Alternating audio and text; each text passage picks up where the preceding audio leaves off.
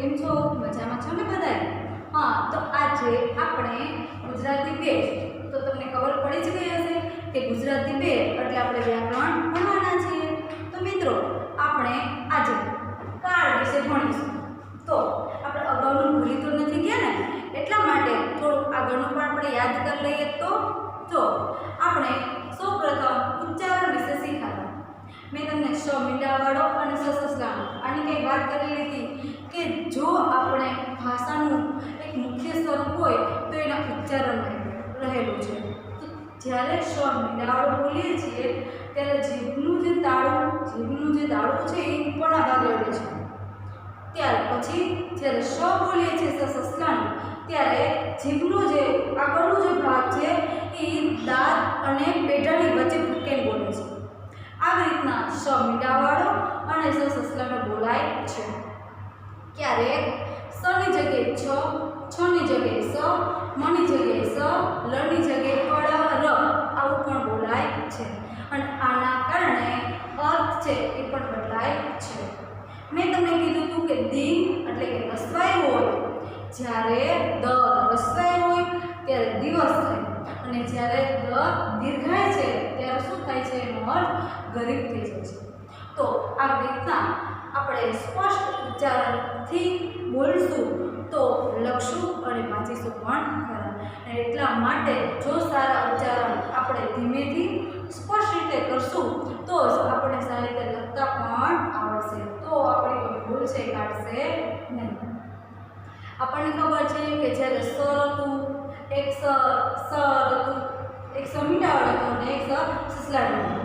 પહેલો સ મીંડાવાળો હતો ત્યારે આપણે બાણ હતા, અને બીજો સ હતો ત્યારે આપણે દેખાતા શું? આ સ મીંડાવાળો છે ત્યારે આપણે બાણ આવડતો હતો. જ્યારે આ સ છે ત્યારે શું અર્થ થાય છે? સરોવર. આ શબ્દોના અર્થ અલગ અલગ પડે છે.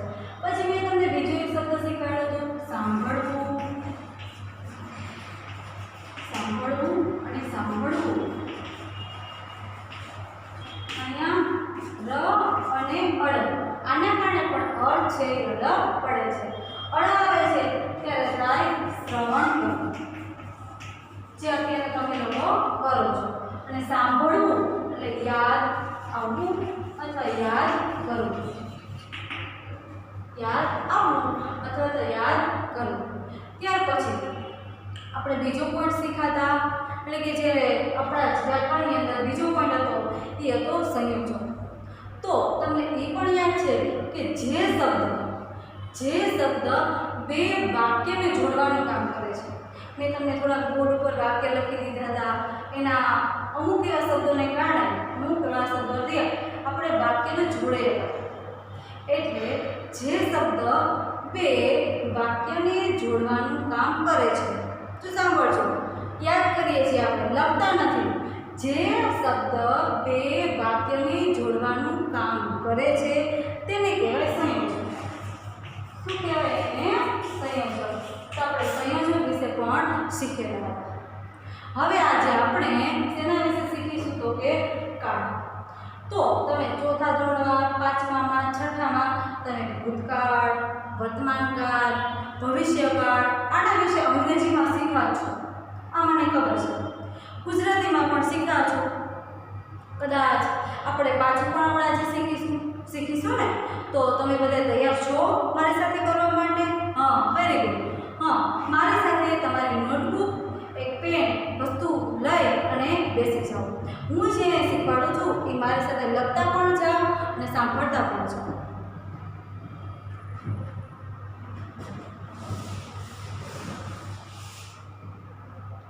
ચાલો આપણે બધાની બુક બહાર લઈ લો. હવે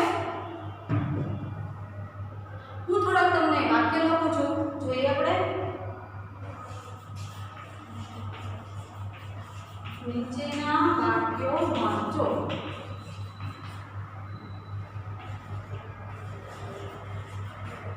અમે પરીક્ષા આપીએ છીએ. બીજું વાક્ય, સોનલ ગીત ગાય છે. નંબર 3 રાકેશ નીચું જોઈ બોલ્યો. નંબર 4 છોકરા એને વળગી પડ્યા.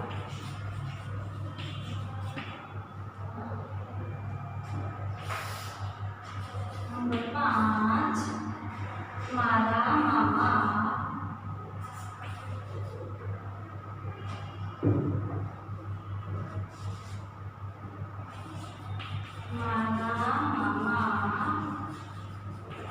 આજે આવશે.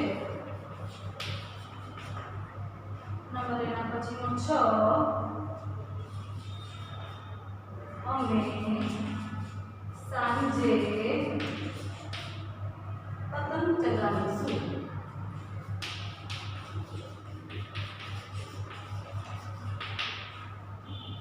મિત્રો પહેલું વાક્ય છે અમે પરીક્ષા આપીએ છીએ. પછી સોનલ ગીત ગાય છે. રાકેશ નીચું જોઈ બોલ્યો. નંબર 4 છોકરા એને વળગી પડ્યા. મારા મામા આજે આવશે. અમે સાંજે પતંગ ચગાવીશું. હવે તમારી બુકની અંદર નજર કરો તો જો ઉપરના વાક્યોમાં જે શબ્દો લખેલા છે એટલે કે હું અહીં લાઈન લખું છું. આપીએ છીએ, ગાય છે, બોલ્યો, વળગી પડ્યા, ત્યારબાદ આવશે અને ચગાવીશું. મેં જેટલા શબ્દો નીચે લાઈન કરેલી છે એ શબ્દો તમે જુઓ ક્રિયા કરે છે. ક્યાંક આપવાની, ક્યાંક ગાવાની, ક્યાંક બોલવાની, ક્યાંક ચગાવવાની. બરાબર. આ શું છે તો કે ક્રિયા દર્શાવે છે. શું દર્શાવે છે તો કે ક્રિયા. આગળ જોઈએ. પહેલા અને બીજા વાક્યમાં તે ક્રિયા ચાલુ હોવાનો નિર્દેશ કરે છે. નિર્દેશ કરે છે એટલે બતાવે છે. જો અમે પરીક્ષા આપીએ છીએ એ કામ ચાલુ છે. બીજું સોનલ ગીત ગાય છે એટલે જેનું ગાવાનું કામ છે એ ચાલુ છે. એટલે બે વાક્ય કયું થશે? વર્તમાન. જે ક્રિયાનો નિર્દેશ કઈ છે તો કે કાર્ય, ક્રિયા. ક્રિયા એટલે કાર્ય એ ચાલુ છે એવું દર્શાવે છે. એ છે વર્તમાન. કયું બને છે? વર્તમાન કાળ. ત્યાર પછી રાકેશ નીચું જોઈ બોલ્યો. છોકરા એને વળગી પડ્યા. જો આગળ કે ત્રીજા અને ચોથા વાક્યમાં તે ક્રિયા પૂર્ણ થઈ. આ બોલાઈ ગયો છે. એનું જે કંઈ બોલવાનું છે એ શું છે તો કે બોલાઈ ગયું છે. છોકરા એને વળગી પડ્યા. વળગી ગયા છોકરા એને. બરાબર. તો અહીંયા જે ક્રિયા છે ક્રિયા પૂરી થઈ ગઈ છે. એટલે અહીંયા શું આવે છે તો કે ભૂતકાળ. શું આવે છે? ભૂતકાળ. જે ક્રિયા પૂર્ણ થઈ ગઈ હોય એ ક્રિયા એટલે કે એ જે વાક્ય છે એને આપણે ભૂતકાળ કહીશું. ત્યારબાદ હવે મારા મામા આજે આવશે. આવ્યા નથી પણ આવવાના છે. આવ્યા છે નહીં. અમે સાંજે પતંગ ચગાવીશું. કદાચ એ વાક્ય સવારના બોલ્યા હોય અને બપોરે પણ બોલ્યા હોય એટલે શું કીધું એને? અમે સાંજે પતંગ ચગાવીશું. હજી પતંગ ચગાવી નથી. જો જ્યારે પાંચમા અને છઠ્ઠા વાક્યમાં એક ક્રિયા થવાની સંભાવના છે. પતંગ ચગાવી નથી એટલે શું તો કે ચગાવશે. મામા આવશે. આવ્યા નથી પણ આવશે એવી શક્યતાઓ છે. હવે આગળનો પેરેગ્રાફ જોઈએ કે છે જે વાક્યમાં ક્રિયા ચાલુ હોવાનો નિર્દેશ હોય તે વાક્યને વર્તમાન કાળ કહેવાય. તો અમારી સાથે આપણે લખીએ.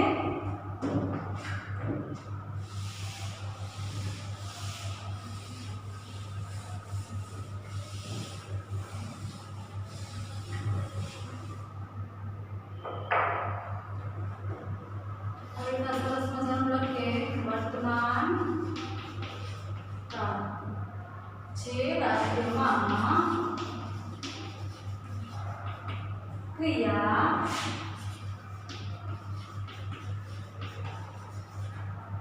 ચાલુ હોવાનો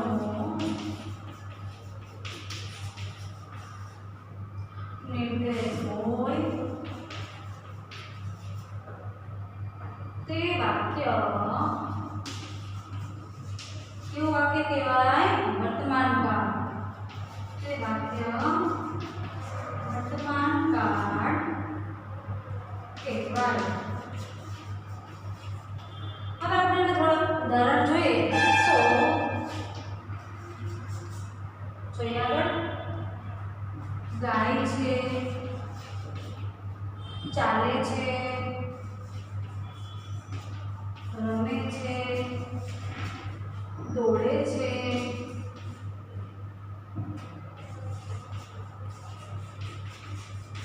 વગેરે વર્તમાન કાળ સૂચવે છે.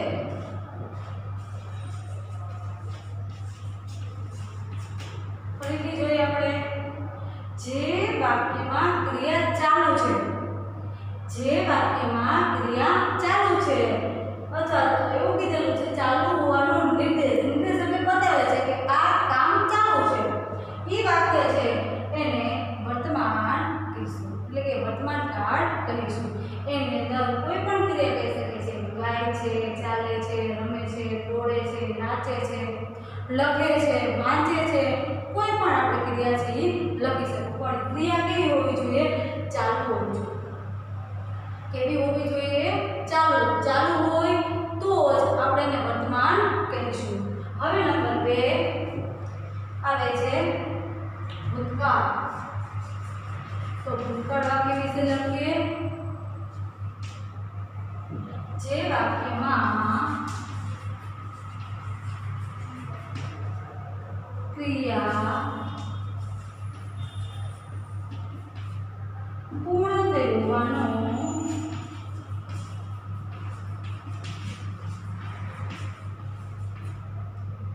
નિર્દેશ હોય તે વાક્ય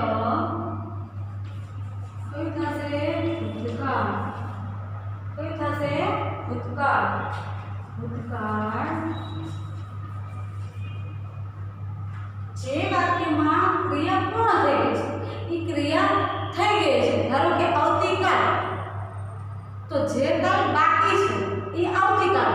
જે કાલ આજની છે, જે આજની વાત કરીએ છીએ એ વર્તમાન, અને જે થઈ ગયેલું છે એટલે કે આવતીકાલ. એટલે શું કીધું? ક્રિયા પૂર્ણ થઈ ગઈ છે. અને પૂર્ણ થઈ હોવાનો નિર્દેશ એ એવું બતાવે છે કે આ જે કામ છે એ પૂરું થઈ ગયું છે. એને આપણે કહીએ છીએ ભૂતકાળ. તો એના ઉદાહરણ લખીએ આપણે.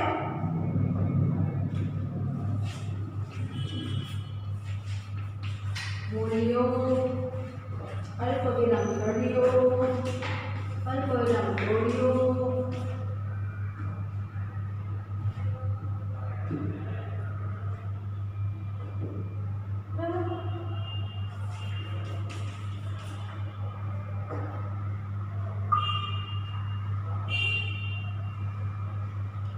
હવે બીજું લખીએ. બોલતો હતો, દોડ્યો, દોડાઈ ગઈ એટલે શું? દોડતો હતો. ચાલતો હતો, ચાલતો હતો. બરાબર? આ બધી ક્રિયા થઈ ગયેલી છે એટલા માટે આપણે એને શું કહીએ છીએ? તો કે ભૂતકાળ. શું કહીએ છીએ આપણે એને? ભૂતકાળ. આગળ હવે જોવાનું છે વર્તમાન કાળ, ભૂતકાળ અને કયું આવે છે? ભવિષ્યકાળ. તો લખો એના પછીનો પોઈન્ટ ભવિષ્યકાળ.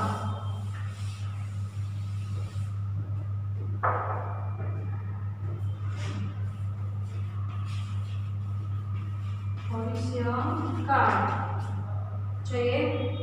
જે વાક્યમાં ક્રિયા થવાની ક્રિયા થવાની સંભાવના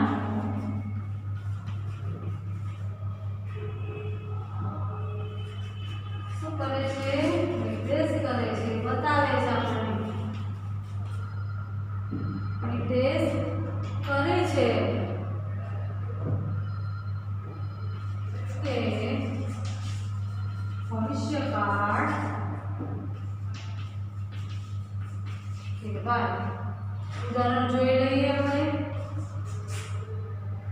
આવશે, બે વાક્યમાં એવું હતું ને, આવશે, ચગાવશે, લખશે, વાંચશે,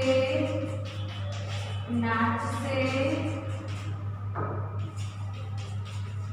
વગેરે ભવિષ્યકાળ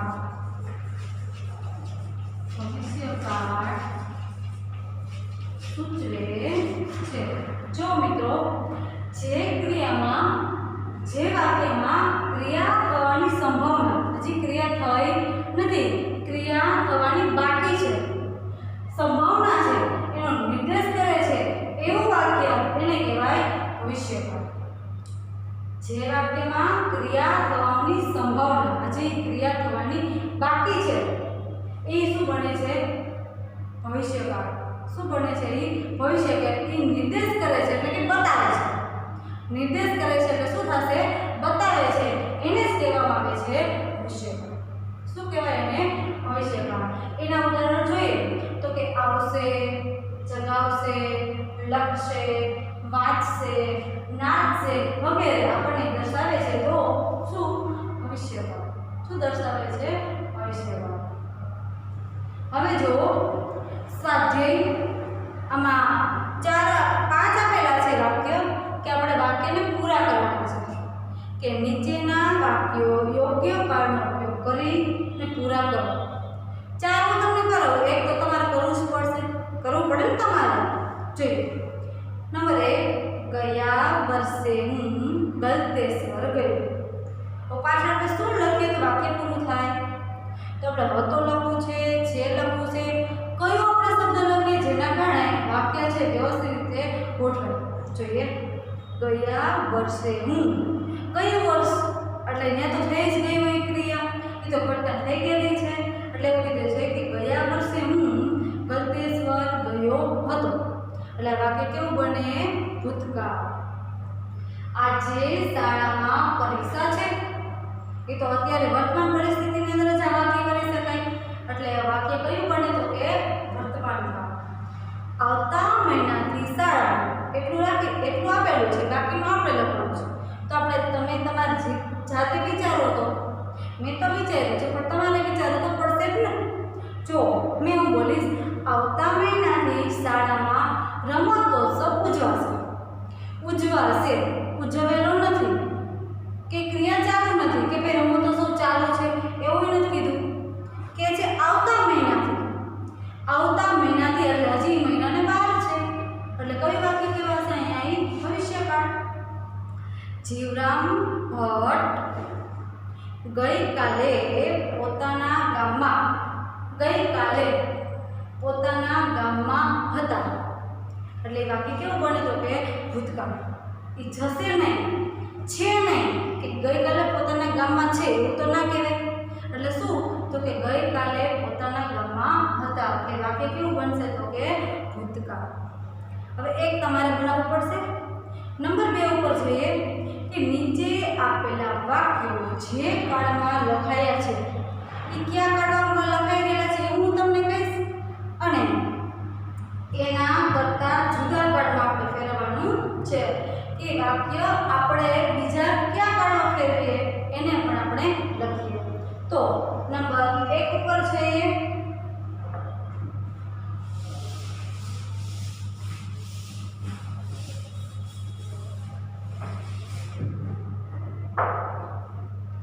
સૂચના લખો તમારી સાથે. નીચેના વાક્યો જે કાળમાં લખાયા છે એના કરતાં એના કરતા જુદા કાળમાં લખો. જુદા કાળમાં લખો. ચલો પહેલું વાક્ય હું કરાવું છું. બચુડાના મામા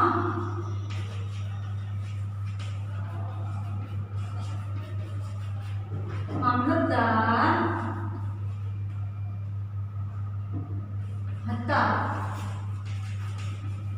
હવે મિત્રો બચુડાના મામા મામલતદાર હતા. આ વાક્ય હતા એટલે કયું થશે? ભૂતકાળ. તો આપણે ભૂતકાળની બદલે જુદા કાળમાં લખવાનું છે. સૂચના આપણને એવી આપી છે તો આપણે વર્તમાનમાં ફેરવીએ. બચુડાના મામા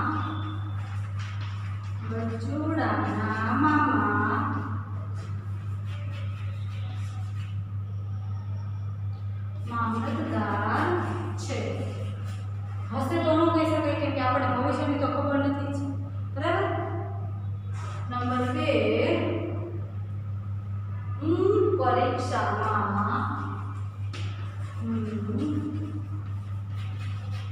પરીક્ષામાં પહેલો નંબર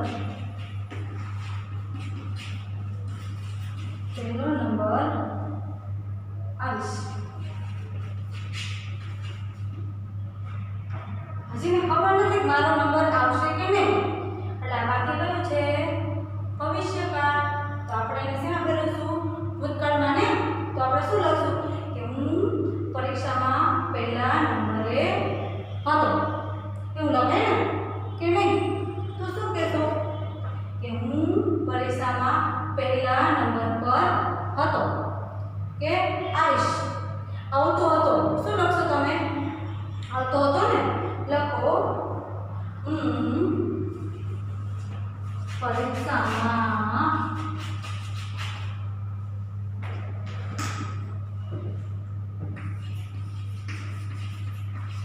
પહેલા નંબરે આવ્યો હતો. ચલો પાછળ ફેરવો. ત્રીજું વાક્ય એ તો હિન્દુસ્તાનના પિતા હતા. વાક્ય ભૂતકાળમાં છે.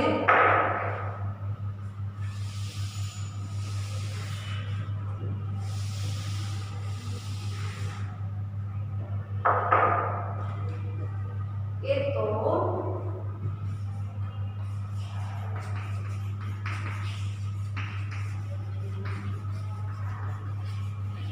હિન્દુસ્તાનના પિતા હતા. આ વાક્ય ભૂતકાળમાં છે. પાછળ હતા એ જો. એ તો હિન્દુસ્તાન એટલે ભારત દેશ ને આપણો. એ તો હિન્દુસ્તાનના પિતા હતા. તો આપણે એવું કહીએ વર્તમાનની અંદર છે કે એ તો હિન્દુસ્તાનના પિતા છે. એ તો હિન્દુસ્તાનના પિતા છે. ચલો આગળ જોઈએ. હવે ચોથા નંબરનું વાક્ય હું તમને કરવા આપીશ અને પાંચમા નંબરનું હું લખાવીશ. સાંજ થવા આવી છે. સાંજ થવા આવી છે એટલે શું થશે? ભવિષ્યકાળ થશે ને. આપણે એને શેમાં ફેરવીએ? ચલો જોઈએ. સાંજ થવા આવી છે. આ કઈ પરિસ્થિતિ છે? તો કે વર્તમાન. હવે આપણે એને શેમાં ફેરવશું? ભવિષ્યમાં ને. તો સાંજ થવા આવશે. સાંજ થવા આવશે. આવશે એટલે હજી થઈ નથી એટલે આ વાક્ય કયું બને છે? અહીંયા ભવિષ્યકાળ. આગળનું લખીએ. તમારો પ્રશ્ન નંબર છે 3.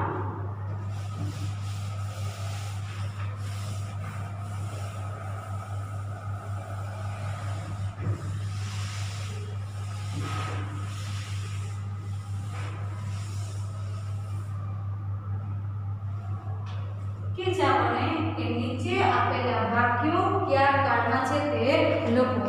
અહીંયા થોડા વાક્ય આપેલા છે આપણે એને કરીએ. પછી થોડા હું નંબર વાક્યો કરાવીશ અને આપણે એના જવાબ લખશું. ચાલો લખો. સૂચના નીચે આપેલા વાક્યો કયા કાળમાં છે કયા કાળમાં છે તે લખો.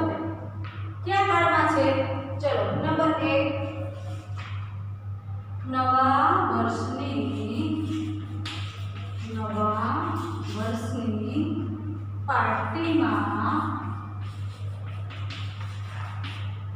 એને કોણ લઈ જશે? કોણ લઈ જશે? જો નવા વર્ષની પાર્ટીમાં એને કોણ લઈ જશે? હજી નવું વર્ષ તો આવ્યું નથી. અગાઉ વાત કરી હતી કે એને એટલે કોઈ વ્યક્તિ હશે, બરાબર, એને કોણ લઈ જશે એટલે વાક્ય હજી થવાની ક્રિયા બાકી છે એટલે કયું બને છે તો કે ભવિષ્યકાળ. કયું થશે? ભવિષ્યકાળ. આગળ નંબર 2 મેં ગવર્નરને પત્ર લખ્યો હતો. આવ્યો છો તો શું બને છે? તો તમને ખબર પડી જ ગઈ હશે કે આ વાક્ય કયું હશે? ભૂતકાળ. લખો મેં ગવર્નરને પત્ર લખ્યો હતો. વાક્ય ભૂતકાળ. હવે એક તમારે કરવું પડશે કે ત્રીજું કહું કે ચોથું કહું. તો ત્રીજું તમે કરશો ને તો આપણે 4 નંબરનું વાક્ય કરીએ. ગોતું મને ચીડવે છે.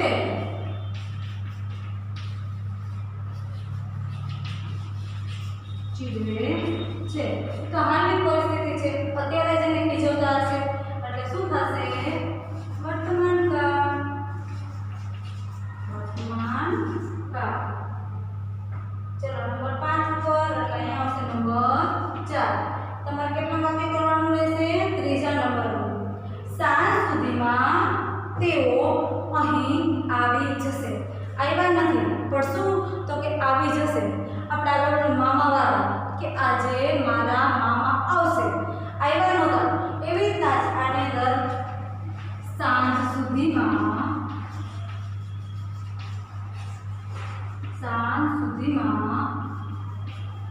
તેઓ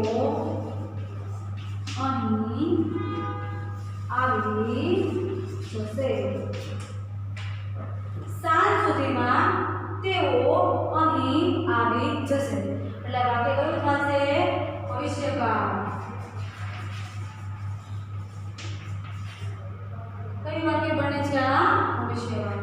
તો મિત્રો હવે તમને થોડો ઘણો કરતા વધારે તમને ખબર પડી ગઈ છે કે જે ક્રિયા ચાલુ છે એટલે કે વર્તમાન, જે ક્રિયા થવાની બાકી છે એટલે ભવિષ્યકાળ, અને જે ક્રિયા થઈ ચૂકી છે, થઈ ગઈ છે, એ ઘટના બની ગઈ છે એને આપણે ભૂતકાળ કહીએ છીએ. હજી હું તમને 3 વાક્ય લખાવું છું. આ 3 વાક્યની અંદર આપણે વર્તમાન કાળ, ભૂતકાળ અને ભવિષ્યકાળ ને આપણે ફેરવીએ.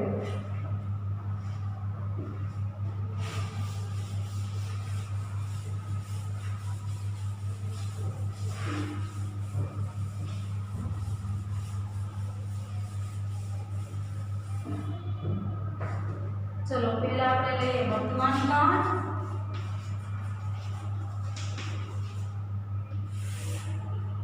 પછી ભૂતકાળ અને પછી છે ભવિષ્યકાળ.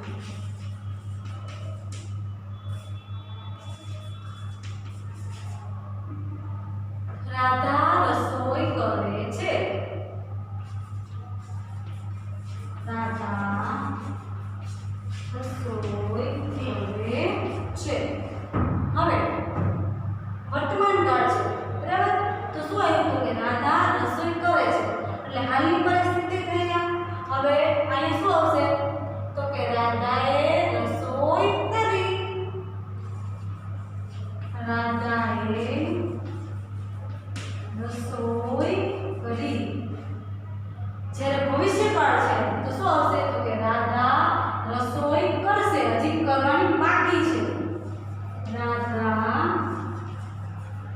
રસોઈ કરશે. હવે જો અહીંયા એક ક્રિયા ચાલુ છે, જ્યારે અહીંયા એક ક્રિયા થઈ ગઈ છે એટલે કે રસોઈ બની ગઈ છે. જ્યારે ત્રીજા કાળ એટલે કે ભવિષ્યની અંદર હજી રસોઈ એને કરવાની બાકી છે. હવે નંબર 2 ઉપર કણું ચોપડી વાંચે છે. આ વાક્ય છે વર્તમાન. આ વાક્ય છે નું વર્તમાન કાળ. કણું ચોપડી વાંચે છે. ભૂતકાળ તો કે કણુએ ચોપડી વાંચી. આ ક્રિયા થઈ ગઈ છે. કણુએ ચોપડી વાંચી. હવે ભવિષ્યકાળ છે, હજી વાંચવાની બાકી છે. જે વાંચવાની ક્રિયા છે એ હજી હવે કરશે એટલે કણું ચોપડી વાંચશે.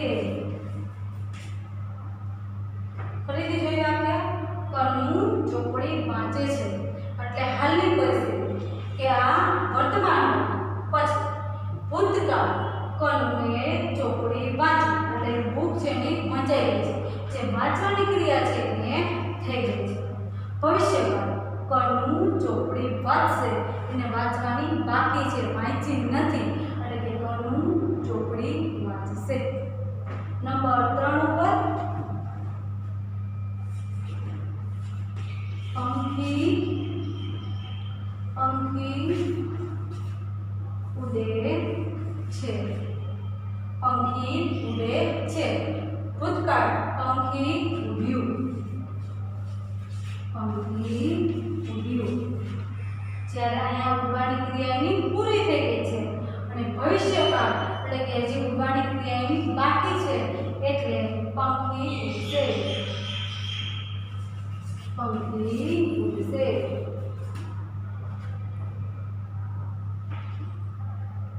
જો ફરીથી વાક્ય જોઈ લે. વર્તમાન કાળના વાક્ય રાધા રસોઈ કરે છે. એ અને રસોઈ બનાવવાની ક્રિયા ચાલુ છે.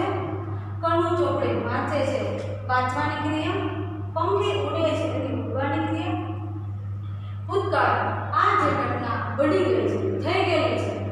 રાધાએ રસોઈ કરી એટલે એની રસોઈ બની ગઈ. કણુએ ચોપડી વાંચી એટલે એની ચોપડી વંચાઈ ગઈ. જ્યારે પંખી ઉડી ગયું છે.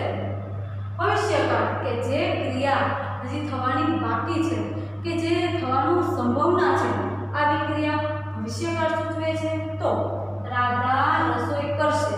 રસોઈ બની નથી, રસોઈ બનવાની બાકી છે. કણું ચોપડી વાંચશે. કણું ચોપડી વાંચી નથી પણ કણું હવે ચોપડીને વાંચે છે, વાંચશે. અને પંખી ઉડશે.